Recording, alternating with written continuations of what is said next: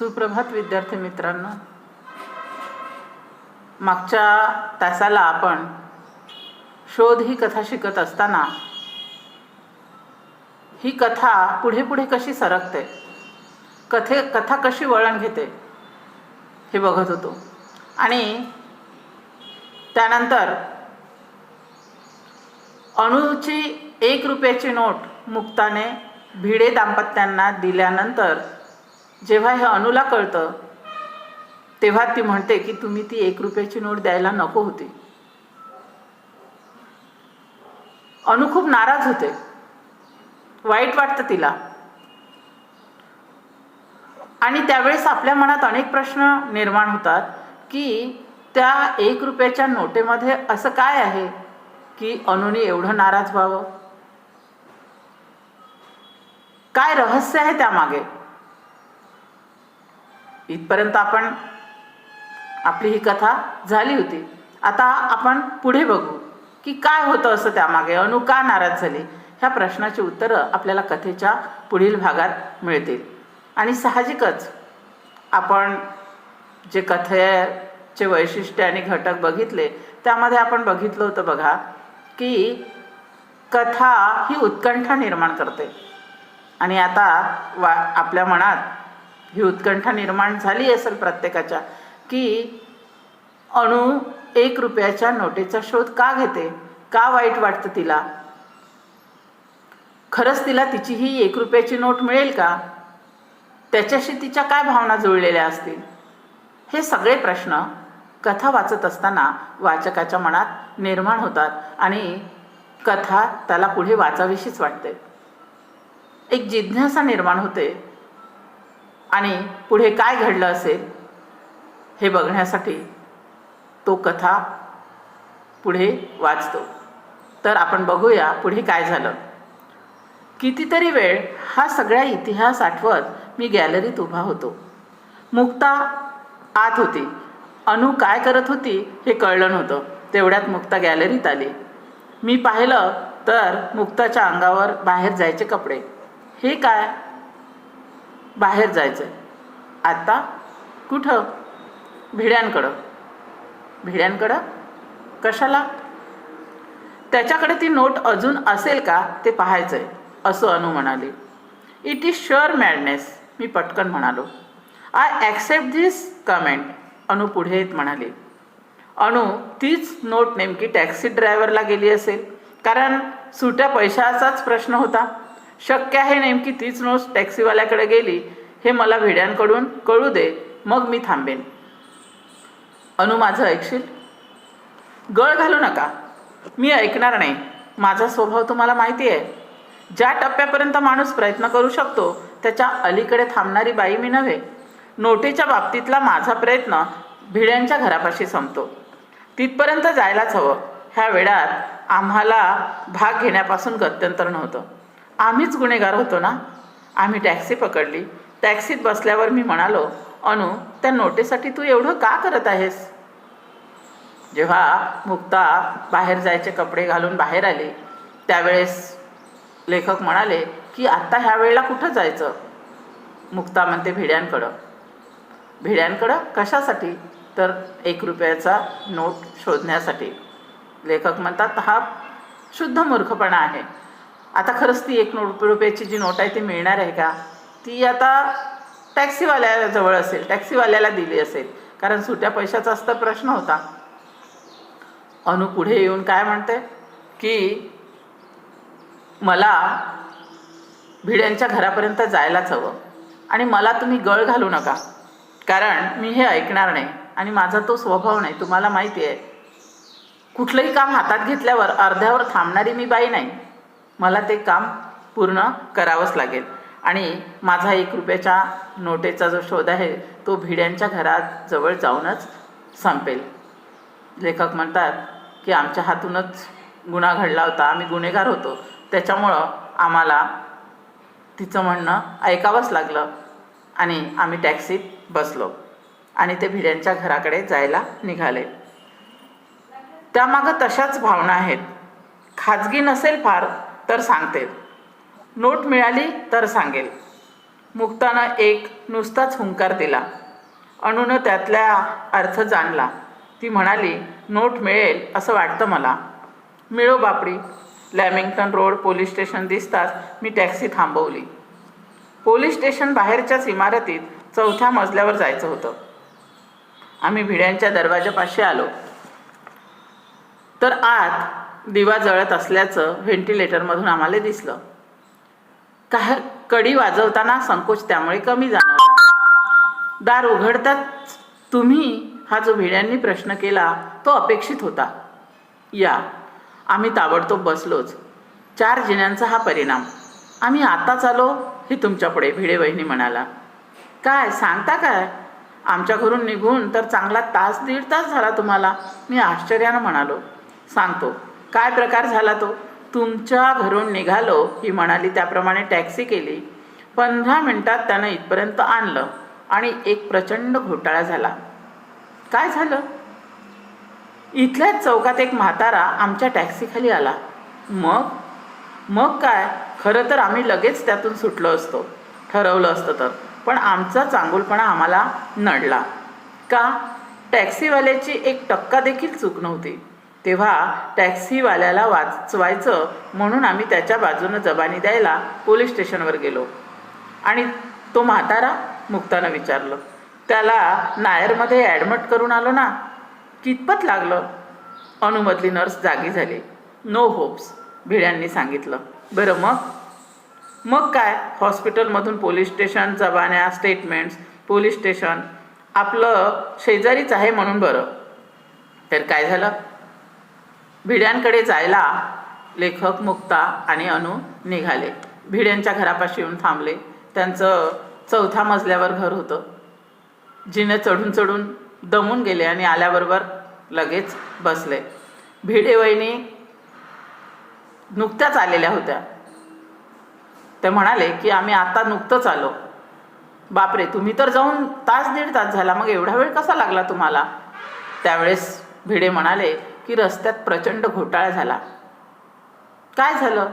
तर आमच्या टॅक्सीखाली एक म्हातारा आला आणि आमच्या टॅक्सीवाल्याची त्यामध्ये काहीही चूक नव्हती आणि म्हणून त्याच्या बाजूनं जबानी द्यायसाठी म्हणून आम्ही पोलीस स्टेशनमध्ये आलो. आणि तो म्हातारा, त्याला आम्ही नायर हॉस्पिटलमध्ये ॲडमिट केलं. कितपत लागले त्यांना? अणूमधली नर्स जागे झाले. तेव्हा ते म्हणाले की नो होप्स, म्हणजे वाचण्याची काही शक्यता नाही. आणि मग हॉस्पिटलमध्ये पोलीस जबानी, स्टेटमेंट्स हे यामध्ये आमचा वेळ गेला आणि म्हणून आम्हाला घरी येण्यासाठी वेळ लागला. भिडे, ह्या असल्या गोष्टी केवळ तुम्हीच करू शकता. नाही, तसं नाही. माझं आहे का? पोलीस बिलीच लचाण मलाही झेपणार नाही. मला कीवाली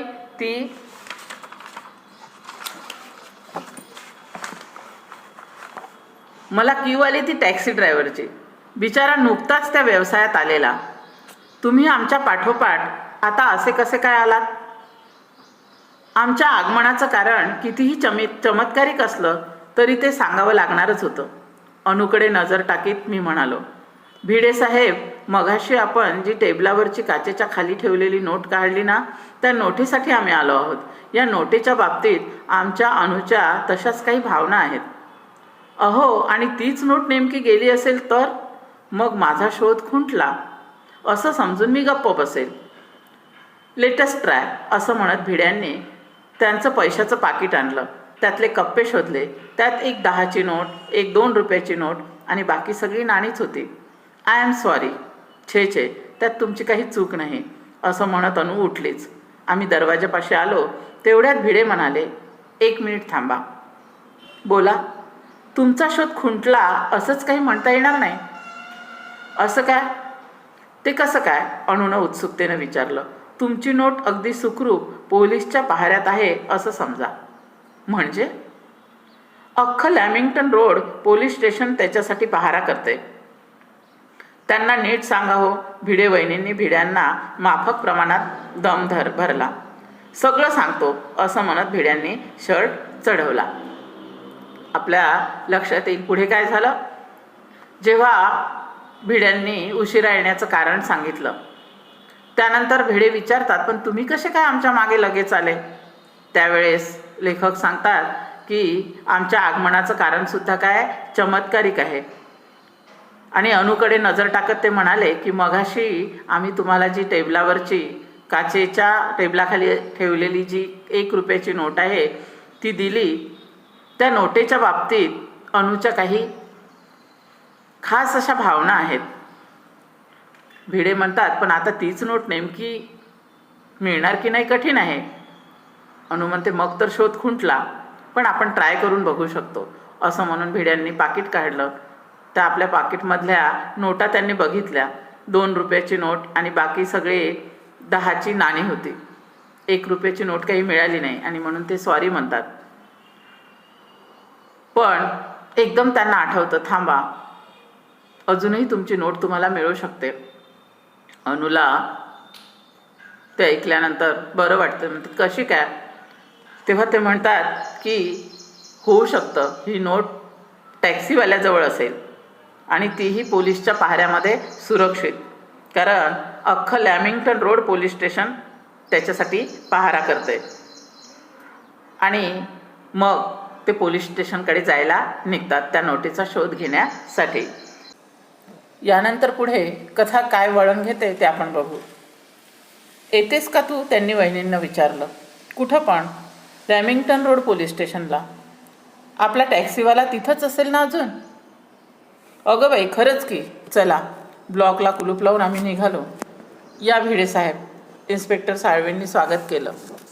तुम्हाला थोडी तसदी. It's all right. काम बोला.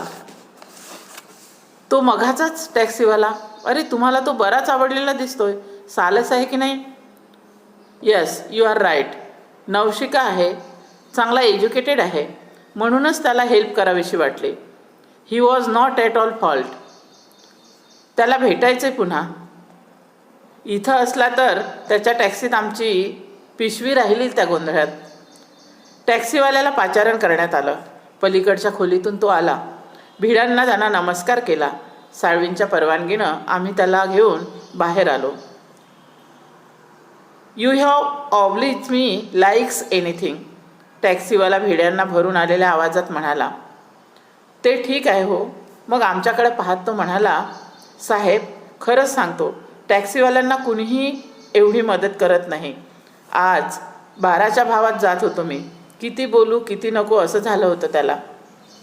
संपलं तुमचं? भिड्यांनी विचारलं. ते आता आयुष्यभर संपायचं नाही. माझं एक काम करा.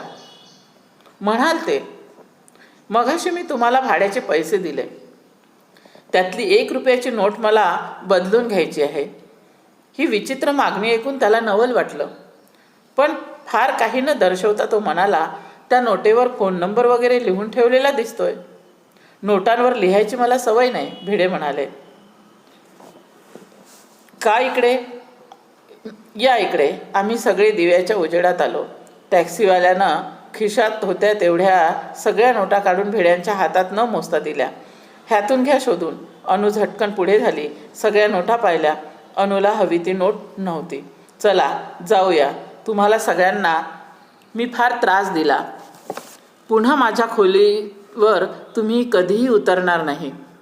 बघा मग काय झालं की हे सगळे कुठे नोट मिळेल म्हणून भिड्यांना एकदम आठवलं की आपण टॅक्सीवाल्याला पैसे दिले. कदाचित ती 1 रुपयाची अनुची जी नोट आहे ती टॅक्सीवाल्याजवळ असू शकते. आणि मग भिडे, अनु, लेखक, मुक्ता हे सगळे पोलीस स्टेशनमध्ये टॅक्सीवाल्याला भेटायला गेले. साळवींनी यांचं स्वागत केलं आणि ते म्हणाले की टॅक्सीवाल्यावर तुमचं विशेष प्रेम दिसतंय. खरंच सालस आहे तो आणि एज्युकेटेड पण आहे. तुम्ही त्याला थोडा बोलावता का? आम्हाला थोडं काम आहे. आमची एक पिशवी राहिलेली आहे टॅक्सीत, त्याबद्दल आम्हाला विचारायचं आहे. आणि मग टॅक्सीवाला खोलीतून बाहेर आला. भिड्यांना बघितल्याबरोबर त्याला भरून आलं, कारण त्यांनी त्याला खरंच खूप मदत केली होती. नाहीतर आज काय झालं असतं हे त्यालाही कळत नाही. खूप मोठ्या त्रासातून भिड्यांनी त्याला वाचवलं होतं. भिडे म्हणाले, अरे तुझ्याकडे आमचं एक काम आहे. मघाशी मी जे पैसे तुला दिले त्याच्यामध्ये जी 1 रुपयाची नोट आम्हाला पाहिजे आहे, तर ते पैसे तू आम्हाला दाखवतेस का? मग त्यांनी आपल्या खिशातले होते नव्हते तेवढे सगळे पैसे भिड्यांकडे दिले. त्या टॅक्सीवाल्यालाही कळत नव्हतं की 1 रुपयाच्या नोटेत असं काय आहे. तो म्हणाला की याच्यावर फोन नंबर वगैरे लिहिलेला आहे का? भिडे म्हणाले की मी कधी नोटेवर फोन नंबर लिहत नाही. अनुने ते सगळे पैसे घेतले आणि ती आपली 1 रुपयाची नोट त्याच्यामध्ये शोधायला लागली. पण सगळं पैसे शोधून झाले, पण तिला हवी असलेली 1 रुपयाची नोट मात्र त्याच्यामध्ये मिळाली नाही. ती पुन्हा नाराज झाली आणि चला म्हणत बाहेर जायला निघाली. त्यावेळी पुन्हा त्या टॅक्सीवाल्याला काय वाटलं आणि तो टॅक्सीवाला पुढे काय म्हणतो पुढे बघू आपण. ए वेडे, यांचं तर खरं मी म्हणालो. भिडे साहेब काय झालं सांगता का? टॅक्सीवाल्यानं विचारलं. भिड्यांनी थोडक्यात सगळं सांगितलं आणि त्याला विचारलं, नंतर कुठं गेलाच नाहीत तर तुमच्याकडली नोट गेली कशी? अर्ध्याच तासापूर्वी समोरच्या हॉटेलात पाव उसळ खायला गेलो होतो साळवी साहेबांना विचारून. आज जेवायला मिळालंच नव्हतं. आम्ही गप्प होतो तेवढ्या टॅक्सीवाला म्हणाला, नोट मिळेल साहेब. कशी काय? पोलीस लोकांसाठी ते हॉटेल जवळजवळ रात्रभर उघडं असतं. चहा पाण्यासाठी चला, प्रयत्न करू. लॅमिंग्टन रोड पोलीस स्टेशन समोरच ते हॉटेल होतं. हॉटेलचं शटर टॅक्सीवाल्यानं उघडलं. दार उघडता उघडता त्यानं शंकर, ओ शंकरराव अशा हाका मारल्या. शंकरराव बाहेर आले. शंकरराव जरा सुटे पैसे द्या. शंकररावांनी काउंटर खालचा ड्रॉवर उघडला. बंडल नोटा नका देऊ. समोर साळवी साहेबांच्याकडे ह्या नोटा जायच्या आहेत. शंकररावांनी रुपयाचं बांधलेलं बंडल काउंटरवर ठेवलं. तिथला दिवा लावला आणि ते म्हणाले, तुम्हाला हव्या त्या नोटा पाहून घ्या. मग तर झालं. टॅक्सीवाल्यानं 100ची नोट शंकररावांना दिली. रुपयाच्या नोटाच्या पुडक्याला बांधलेला रबर बँड शंकररावांनी काढून घेतला. भिडे साहेब या. अनुकडे पाहत भिड्यांनी विचारलं, नोट कशी ओळखायची? त्याच्यावर लाल अक्षरात बॉल पेननं सुनीता असं नाव लिहिलंय. नोट मिळाली. शंकररावांचे आभार मानत आम्ही रस्त्यावर आलो. अनु, आता धीर धरणं अशक्य आहे. ह्या नोटेचा इतिहास सांगायला हवा. काय झालं मग पुढे? टॅक्सीवाल्याकडे ती नोट मिळाली नाही. तेव्हा अनुला वाईट वाटलं. अनुला वाटलं आता ती नोट आपल्याला नाहीच मिळणार. पण लगेच टॅक्सीवाल्यानं एकदम म्हटलं की थांबा, ही नोट अजूनही मिळू शकते. अजूनही आशा संपलेली नाही. कशी काय असं जेव्हा विचारलं तेव्हा टॅक्सीवाला म्हणाला, मगाशी भूक लागली होती म्हणून आम्ही समोरच्या हॉटेलमध्ये पाव उसळ खायला गेलो होतो. कदाचित तिथं मी ती नोट त्याला दिली असेल आणि ते हॉटेल आता उघडंच असेल म्हणून सगळे तिकडे गेले. त्या हॉटेल मालक जो आहे त्याला शंकरराव म्हणून आवाज दिला. त्याने हॉटेलचं शटर उघडलं आणि टॅक्सीवाल्याने त्याला सांगितलं, तुमचं जे 1 रुपयाच्या नोटेचं बंडल आहे ते चिल्लर पैसे आम्हाला द्या, ते सुटे पैसे. 100ची नोट त्यांनी पुढे केली आणि त्या नोटांमध्ये मग ती 1 रुपयाची नोट सर्व शोधायला लागले आणि ते 1 रुपयाच्या नोटांचं बंडल शोधता शोधता काय आश्चर्य, खरोखर अनुला असलेली 1 नोट त्यामध्ये सापडली. बाकीच्यांनी विचारलं, ह्या एवढ्या मोठ्या बंडलमध्ये ही नोट शोधायची कशी? अनुने सांगितलं की त्या नोटेच्या मागच्या बाजूला लाल अक्षरामध्ये सुनीता असं लिहिलेलं आहे. आणि जेव्हा ती नोट सापडली अनुला तेव्हा तिला अतिशय आनंद झाला. सगळ्यांच्या चेहऱ्यावर एक समाधान विलसत होतं. आणि मग ते तिथून जायला निघाले. जेव्हा ते टॅक्सीत बसले जाण्यासाठी तेव्हा लेखक मुक्ता यांनी विचारलं की आता तू आम्हाला ह्या नोटेचा इतिहास सांग, कारण ज्या 1 रुपयाच्या नोटेसाठी तू एवढी कासावीस झाली होती त्या 1 रुपयाच्या नोटेचा इतिहास आता आम्हाला ऐकायचा आहे. तर पुढे अनु काय सांगते मग या नोटेविषयी बघू आपण पुढे. आजचा दिवस निराळाच. मुंबईत रात्री 2-2:30 वाजता दुकानाच्या पायरीवर बसून असं काही ऐकण्याचा योग आमच्या आयुष्यात येणार आहे ह्यावर मीही विश्वास ठेवला नसता. आम्ही फुटपाथवर आलो. शंकररावाने शटर बंद करून दुकान बंद केलं. हॉटेलच्या मार्बलच्या पायऱ्यांवर रात्री 2:30 वाजता मी, मुक्ता, भिडे पती-पत्नी, तो टॅक्सीवाला आणि अनु असे बसलो. रस्त्यावरच्या दिव्याचा प्रकाश सगळ्यांच्याच अंगावर पडला होता. अशा वातावरणात भरून आलेल्या आवाजात अनुनं हकीकत सांगायला प्रारंभ केला. सर्वांनीच तिला त्या 1 रुपयाच्या नोटेचा जो इतिहास आहे तो विचारला. सगळ्यांनाच जाणून घ्यायचं होतं. आणि मग लेखक, मुक्ता, अनु, भिडे पती-पत्नी, टॅक्सीवाला हे सर्वजण त्या पायरीवर बसले आणि अनु काय सांगते ते अगदी जीवाने मन लावून ऐकायला लागले. नर्स म्हणून मी 5 वर्ष हॉस्पिटलमध्ये काम करत आहे. पहिल्या 1.5 महिन्यापूर्वीची कथा. लहान मुलांच्या वॉर्डमध्ये माझी ड्युटी होती. तिथं मला खरं तर उभं राहावत नाही, पण ड्युटी आली की टाळताही येत नाही. एके दिवशी सकाळी 8-9 वर्षाची मुलगी ॲडमिट करावी लागली. तिची आशा सगळ्यांनी सोडलेली होती. मुलीबरोबर तिची आई, मावशी आणि बिल्डिंगमधल्या 10-12 बायकांचा घोळका होता. त्या सगळ्यांना मी बाहेरच्या बाहेर थोपवलं. मग भराभरा आमच्या हालचाली सुरू झाल्या. पायाला हाताला नळ्या लागल्या. ब्लड ट्रान्सफ्युजन आणि सलाईन, याशिवाय ऑक्सिजन पण दिला. हे सगळं अर्थात नातेवाईकांच्या समाधानासाठी आणि नशिबाचा 1% असतो त्याच्यासाठी. अनु हकीकत सांगायला लागली की हे 1 रुपयाच्या नोटेचा इतिहास. अनु सांगते की मी नर्स म्हणून जेव्हा हॉस्पिटलमध्ये कामाला लागली तर पहिल्या 1.5 महिन्यापूर्वीच माझी ड्युटी लहान मुलांच्या वार्डामध्ये होती. खरं म्हटलं तर तिथं मला उभं राहावत नव्हतं, पण ड्युटी म्हणून उभं राहावं लागत होतं. उभं राहावत नव्हतं असं का म्हणते, कारण लहान मुलांचं ते दुःख बघून, त्यांच्या त्या वेदना बघून तिलासुद्धा वेदना होत होत्या आणि म्हणून तिला उभं राहावत नव्हतं, पण ड्युटी म्हणून ती करावी लागत होती. आणि अचानक एक दिवस 8-9 वर्षाची एक मुलगी तिथे ॲडमिट होण्यासाठी आली. तिच्याबरोबर तिचे आई, मावशी आणि बिल्डिंगमधल्या 10-12 बायकासुद्धा होत्या. मग त्या मुलीला सलाईन, नळ्या, ऑक्सिजन सगळं काही लावण्यात आलं. खरं तर हे फक्त तिचे जे नातेवाईक आहे त्यांच्या समाधानासाठी होतं आणि एक नशिबाचा भाग असं अनु म्हणते. मग पुढे काय होतं? पोरगी नक्षत्रासारखी होती. तिच्यासाठी माझीही एकीकडे प्रार्थना चालली होती. ती पोरगी मधून डोळे उघडायची आणि क्षीण आवाजात सांगायची, ह्या नळ्या काढा. दिवसभर हे चाललं होतं. तिच्या यातना बघवत नव्हत्या. ह्या नळ्या काढा म्हणून तिचा जप चालला होता. शेवटी मी डॉक्टरला विचारलं.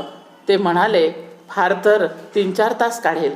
मग मी विचारलं, असंच जर असेल तर शेवटचे काही तास तरी तिला सुखानं जगू दे ना. तिच्या नळ्या काढते मी सगळ्या. डॉक्टर म्हणाले फक्त ऑक्सिजनची ठेवा. मी एक नळी काढून टाकली. तिनं डोळे उघडले आणि क्षीण पण लाघवी आवाजात ती म्हणाली, ताई थँक्यू. मी तिला म्हणाले, बेटा लवकर बरं व्हायचं. ही एवढी नळी मात्र काढायची नाही हं. मी उद्या भेटेन, तुझ्यासाठी गंमत आणीन. तिनं माल हलवली. तर ती छोटी मुलगी जिला ॲडमिट केलं होतं, सगळ्या नळ्या तिला लावल्या होत्या, सलाईनची, ऑक्सिजनची सगळ्या. आणि तिला त्या नळ्यांच्या अतिशय वेदना होत होत्या. ती सारखी म्हणत होती की माझ्या शरीराच्या नळ्या काढा, मला खूप त्रास होतोय. वेदनेने ती तळमळत होती. तिच्या त्या वेदना बघवत नव्हत्या. मग अनु म्हणते की मलाच कसं तरी झालं.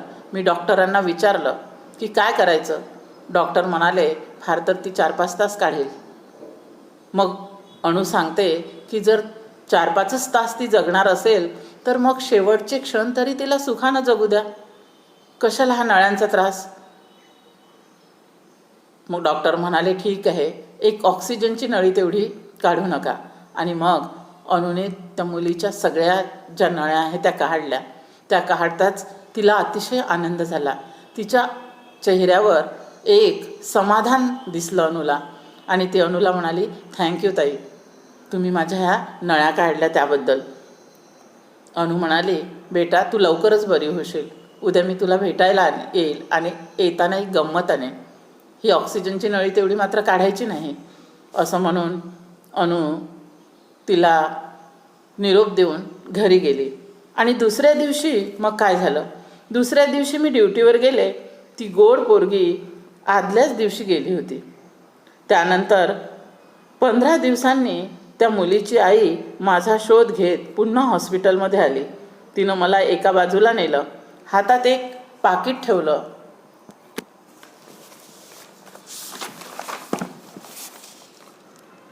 त्यात 25 रुपये होते. हे काय, मी विचारलं. ती बाई म्हणाली, तुम्ही आमच्याशी खऱ्या सिस्टरप्रमाणे वागलात, ही माझी आठवण. मी म्हणाले, सिस्टरप्रमाणे वागले असं म्हणता, मग मला सांगा, तुमच्या सख्ख्या बहिणीला तुम्ही असे पैसे दिले असते का? तिची मी खूप समजूत घातली. इथल्या धर्मादाय पेटीत ते पैसे टाका असं सांगितलं. मग ती म्हणाली, कमीत कमी ही 1 रुपयाची नोट तरी ठेवायला हवी तुम्ही. तुमच्या भाचीनं माझ्या सुनीतानं दिली आहे ती. तुम्ही त्या दिवशी नळ्या काढल्यात. तुम्ही गेल्यावरती मला म्हणाली, ही नर्सताई चांगली आहे, तिनं हातापायातल्या सुया काढल्या. मी आता झोपते, माझा उशीखालचा खाऊचा रुपया त्या ताईला दे. पोरगी एवढं बोलली आणि मग तिनं डोळे मिटले. आणि मिटले ते मिटलेच. एवढं सांगून माझ्या गळ्यात हात टाकून ती कोसळलीस. तिची समजूत घालणं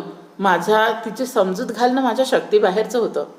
काय झालं, दुसऱ्या दिवशी जेव्हा अनु आली तेव्हा तिला कळलं की ती मुलगी, जी छोटी गोड मुलगी होती, ती गेली, जिच्या नळ्या अनुनी काढल्या होत्या. आणि मग तिच्यासोबत जी बाई होती, ती आई, ती आली आणि म्हणाली की हे पैसे तुम्ही घ्या. अनु पैसे घ्यायला अनुनी नकार दिला. ती म्हणाली की तुम्ही खऱ्या सिस्टरप्रमाणे वागल्यात आणि म्हणून माझी आठवण म्हणूनही ठेवा. अनु म्हणते की तुम्ही एकीकडे मला सिस्टर म्हणता, तुमच्या सख्ख्या बहिणींकडून तुम्ही असे खरंच पैसे घेतले असते का? अनुने तिची खूप समजूत घातली आणि ते पैसे तिला धर्मादाय पेटीत टाकायला सांगितले. तरी ती शेवटी म्हणाली की तुम्ही ही 1 रुपयाची नोट तरी नक्कीच ठेवायला पाहिजे, कारण माझ्या भाचीनं, सुनीतानं तुम्हाला ती दिली आहे. तुम्ही त्या दिवशी जेव्हा तिच्या नळ्या काढल्या त्यावेळी तुम्ही गेल्यानंतर ती मला म्हणाली की ती नर्सताई खूप छान आहे, खूप चांगली आहे, तिनं माझ्या हातापायातल्या सुया काढल्या, आता मी छान झोपते, पण माझ्या उशीखालचा जो खाऊचा माझा 1 रुपया आहे तो त्या ताईला दे. ती पोरगी फक्त एवढंच शेवटचं बोलली आणि मग तिनं डोळे मिटले. आणि ते कायमचेच. आणि म्हणून तिची शेवटची इच्छा म्हणून तरी हा 1 रुपया तुम्ही घ्या, असं ती अनुला म्हणाली. आणि तिचं बोलणं टाळणं हे अनुच्या खरंच शक्तीबाहेरचं होतं. हकीकत सांगताना अनुचा आवाज भरून आला. थोडा वेळ थांबून रुमालानं डोळ्यांच्या कडा टिपत ती म्हणाली, हीच ती नोट. आम्ही सुन्न बसून होतो. सगळीकडे शांत होतं. आणि मग तितक्याच संत स्वरात टॅक्सीवाला म्हणाला, ताई, असं पेशंटमध्ये मन गुंतून चालणार नाही. माणूस भूतकाळात अडकला की संपलं, मग भविष्यकाळही खराब होतो. नजर नेहमी समोर हवी, एखाद्या ड्रायव्हरसारखी. आता माझंच पहा ना, माझ्यापेक्षा टॅक्सी ड्रायव्हरचा नव्यानंच सुरू केला आहे. केव्हा केव्हा टॅक्सीत अशी व्यक्ती येऊन बसते की वाटते हा पॅसेंजर टॅक्सीतून कधीही उतरू नये, पण त्याचंही डेस्टिनेशन ठरलेलं असतं. ह्या आगे खडी करो असं म्हणताच गाडी सुसाट्यानं उभी करावी लागते, गाडी मुकाट्यानं उभी करावी लागते. मग मीटरवरचा आकडा पुसायचा, मनावर रेंगाळू पाहणारा तो पॅसेंजरही त्याबरोबर पुसायचा आणि नव्या पॅसेंजरचं स्वागत करायला तयार व्हायचं. ताई, तुमचा आणि माझा पेशा हा असा एकच आहे. तुम्ही हेच करायला हवं. पेशंट दगावला की फक्त चादर बदलायची, उशी झटकायची आणि पायाखालचं ब्लँकेट नवं वाटेल अशी घडी घालायची आणि नव्या पेशंटचं स्वागत करायचं. कॉटवर कोण आला नवा ते पाहायचं नाही. मिनिस्टर असेल नाहीतर रस्त्यावरचा कोणीतरी, आपण आपला कॉट नंबर सांभाळायचा. त्याचा शब्द न शब्द भिडत होता. अनु फक्त रडत नव्हती, इतकंच तिनं विचारलं, सगळ्याच गोष्टी विसरता येतात का? येत नाहीत ना, पण काय करणार? ह्या रुपयाच्या नोटेमागं तुम्ही धावत एवढ्या अपरात्री आलात. नोट एक जड वस्तू, शोधल्यावर सापडणारी. म्हणून आम्ही सर्वांनी या वेडेपणात भाग घेतला. पण ताई, हातातून निसटलेल्या सगळ्याच गोष्टी अशा मिळत नाहीत. ह्या एका आठवणीपायी वेड्यापेशा होत तुम्ही धावाधाव केली, नोट मिळवलीत. तुम्ही भाग्यवान आहात. शोध घेण्याचं तुमचं काम फार सोपं होतं. सोपं? माझ्यापेक्षा तरी नक्कीच सोपं. कसं काय? माझी वस्तू मला कधीच परत मिळणार नाही. एका नोटेसाठी तुमची ही अवस्था झाली. मला सांगा ताई, माझी प्रत्यक्ष मुलगी जेव्हा कायमची सोडून गेली तेव्हा मी काय केलं असेल, काय करावं सांगता? बघा, किती भावपूर्ण असा शेवट ह्या कथेचा आहे. शेवटी म्हणजे त्या 1 रुपयाच्या नोटेचा शोध घेत घेत अनु कुटकुटपर्यंत आली आणि शेवटी नशीब म्हणून तिला ती 1 रुपयाची नोट मिळाली. सगळ्यांनी त्या 1 रुपयाच्या नोटेचा इतिहास विचारला. अनुनं जेव्हा सगळं सांगितलं त्यावेळेस सगळ्यांच्याच हृदयाला पाझर फुटला. सगळ्यांच्या डोळ्याच्या कडा ओलावल्या. सगळेच भावविवेश झाले. आणि हे सांगताना अनुचा आवाजसुद्धा भरून आला. हे सगळं ऐकल्यानंतर तो टॅक्सी ड्रायव्हर जो आहे, हे सगळं तो ऐकत आधी शांत होता आणि मग तितक्या संथ स्वरात तो काय म्हणाला टॅक्सी ड्रायव्हर, की ताई, असं पेशंटमध्ये मन गुंतून चालणार नाही. कारण माणूस जर भूतकाळात अडकला तर सगळंच संपेल ना. भूतकाळात अडकला तर भविष्यकाळसुद्धा काय होईल, खराब होईल. माणसाची नजर कशी ड्रायव्हरसारखी हवी, एकदम समोर, माझ्यासारखी. टॅक्सी ड्रायव्हर म्हणाला. कारण आम्ही जे टॅक्सी ड्रायव्हर आहे, एकदा प्रवास सुरू केला की आमचंसुद्धा त्या प्रवाशाशी नातं जुळतं. आम्हालाही वाटतं की प्रवासी उतरू नये आपल्या टॅक्सीतून, पण त्याचं ठिकाण येतं आणि तो उतरतो आणि मग नवा प्रवासी त्या टॅक्सीमध्ये पुन्हा बसतो. मग आम्ही पहिल्याला विसरून जातो. तुमचा पेशासुद्धा ताई असाच असायला हवा. नवीन पेशंट आला, तो दगावला की फक्त त्याची चादर बदलायची, उशी बदलायची, ब्लँकेट झटकायचं आणि पुन्हा त्याची नव्यानं घडी घालायची. कारण जर तुम्ही त्याच्यामध्ये अडकून पडला तर तुम्हाला पुढलं कार्य जे आहे ते करता येणार नाही व्यवस्थित. आणि म्हणून तुम्ही हे सगळं विसरायला पाहिजे. अनु त्याचा एक एक शब्द अगदी शांतपणे आणि मन लावून ऐकत होती. आणि मग ती त्या टॅक्सी ड्रायव्हरला काय म्हणते की सगळ्याच गोष्टी विसरता येतात. म्हणजे सगळ्याच गोष्टी विसरता येण्यासारख्या नसतात. ड्रायव्हर काय म्हणतो, नाही येत ना विसरता, पण करता काय मग? तुमचं म्हणणं खरं आहे, खरंच विसरता येत नाही. पण ही रुपयाची नोट होती. ह्या रुपयाच्या नोटेमागं तुम्ही धावत अगदी अपरात्री आला, धावाधाव केली, ती नोट शोधायचा प्रयत्न केला. आम्हीसुद्धा सगळ्यांनी तुम्हाला ती नोट शोधायला मदत केली आणि तुम्ही नशीबवान म्हणून ताई, तुम्हाला ती 1 रुपयाची नोट मिळाली. तुम्ही अगदी वेडेपिसा झाला होता, कासावीस झाला होता ती रुपयाची नोट शोधण्यासाठी. तुम्ही खरंच भाग्यवान आहात. तुमचं काम सोपं होतं नोट शोधण्याचं. ती म्हणते, सोपं होतं? टॅक्सी ड्रायव्हर काय म्हणतो, माझ्यापेक्षा तरी नक्कीच सोपं होतं. आणि जेव्हा ती कसं काय म्हणून विचारते त्यावेळेस टॅक्सी ड्रायव्हर काय म्हणतो, माझी वस्तू मला कधीच परत मिळणार नाही. एका नोटेसाठी तुमची ही अवस्था झाली तर मला सांगा ताई, माझी प्रत्यक्ष मुलगी जेव्हा कायमची सोडून गेली तेव्हा मी काय केलं असेल, काय करावं सांगा ना. बघा, हे शेवटचे शब्द किती भावविवश करणारे आहेत. टॅक्सी ड्रायव्हर म्हणतो की तुम्ही 1 रुपयाची नोट शोधता आली तुम्हाला, पण माझं जे हरवलं आहे ना ते ताई मला कधीच शोधता येणार नाही. काय हरवलं होतं त्या टॅक्सी ड्रायव्हरचं? टॅक्सी ड्रायव्हर म्हणतो की माझी प्रत्यक्ष मुलगीच गेली, देवाघरी गेली. मी तिला कसं शोधणार? कुठून 1 रुपयाच्या नोटेसारखं मला ते शोधता आलं असतं तर? ताई, मला सांगा, मी तिला कसं शोधू? आणि टॅक्सी ड्रायव्हरचे डोळे भरून आले. अनुलासुद्धा वाईट वाटलं. आपल्या लक्षात आलं असेल आता इथे कथेचा जो शेवट आहे, म्हणजे ती मुलगी जी आहे ती मुलगी टॅक्सी ड्रायव्हरची ती मुलगी होती. अनुने जिच्या नळ्या काढल्या होत्या किंवा 1 रुपयाची नोट अनुला जी दिली होती, जिच्या मागे सुनीता नाव लिहून होतं, ती टॅक्सी ड्रायव्हरचीच मुलगी होती. आणि त्याचे ते भावविवशता बघून सर्वच जण एकदम काय झाले, अगदी त्यांचं हृदय भरून आलं आणि इथे कथा संपते. बघा, आता आपण कथा पूर्ण ऐकली अगदी शेवटपर्यंत. आपण आता कथेचे जेव्हा वैशिष्ट्य आणि घटक बघितले तर आता तुमच्या लक्षात आलं असेल ही कथा कशी आपली जिज्ञासा वाढवणारी होती. पुढे काय झालं असेल हा प्रश्न सतत हा कथा वाचताना आपल्या मनात निर्माण झाला. हे 1 रुपयाच्या नोटीचा शोध अनुने का घेतला, कशासाठी घेतला, कुणी दिली होती तिला ती 1 रुपयाची नोट, जोपर्यंत या प्रश्नाची उत्तरे मिळाली नाही तोपर्यंत अगदी आपण ती कथा पुढे पुढे वाचत राहिलो. आणि जेव्हा त्याची उकल झाली,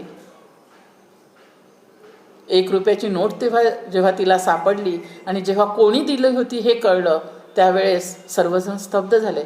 वाचकही स्तब्ध होतो तेव्हा.